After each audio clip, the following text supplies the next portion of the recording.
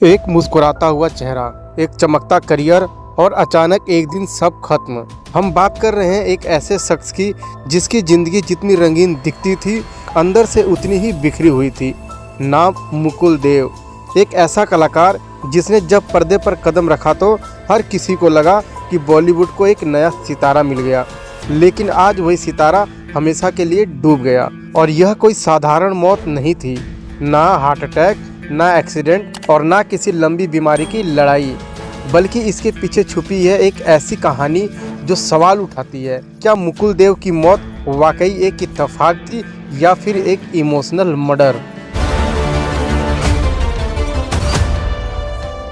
मुकुल देव दिल्ली का एक नौजवान जिसने एयरफोर्स की ट्रेनिंग ली थी, लेकिन किस्मत उसे आसमान से सीधा सिल्वर स्क्रीन पर ले आई। 1996 में महेश भट्ट की फिल्म दस्तक से डेब्यू किया और पहली ही फिल्म में लोगों को उनका काम याद रह गया। गहरी आंखें, शांत अंदाज और एक मासूम मुस्कान जिसने उन्हें लाखों लोगों का चहेता बना दिया।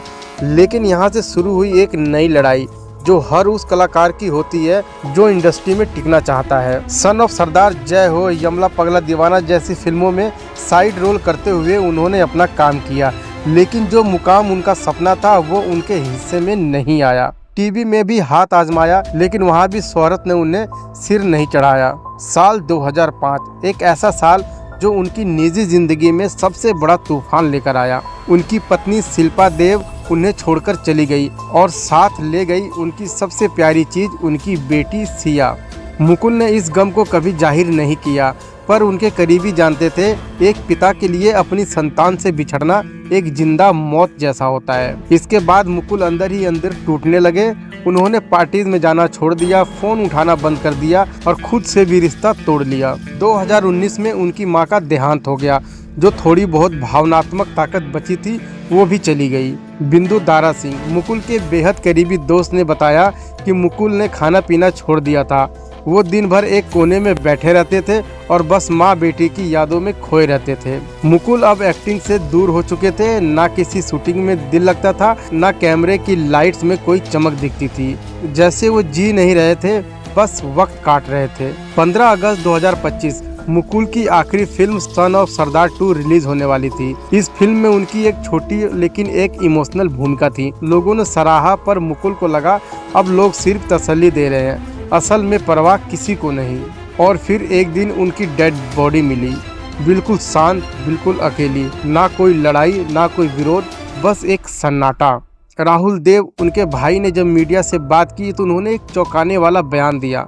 उन्होंने कहा, मुकुल की मौत एक मेडिकल केस नहीं, यह एक मानसिक हत्या है। सबसे बड़ा सवाल तब उठा, क्या वाकई मुकुल देव की बेटी उनकी मौत की वजह थी?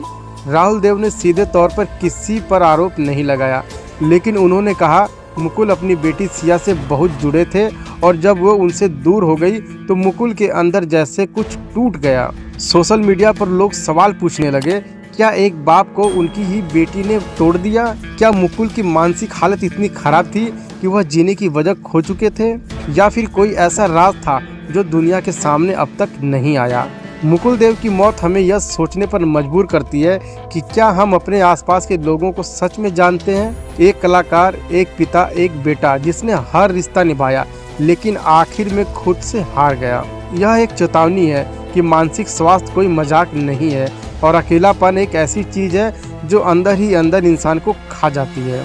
अगर आप भी किसी ऐसे इंसान को जानते हैं जो मुस्कुरा तो रहा है पर अंदर से टूटा हुआ है, तो आज ही उससे बात करें। कभी कभी एक कॉल करें, एक सवाल एक जिंदगी बचा सकती है। मुकुल देव की कहानी हमें सिर्फ एक एक्टर की कहानी नहीं बताती, बल्कि उन हजारों चुप दर्द की कहानी है जो दिखते नहीं, बस महसूस होते हैं। तो दोस्तों, अगर आपको यह स्टोरी जरूरी लगी हो तो इस वीडियो को शेयर जरूर करें और ऐसे ही सच्चे और सोचने पर मजबूर कर देने वाले केस जानने के लिए हमारे चैनल को सब्सक्राइब जरूर करें। धन्यवाद।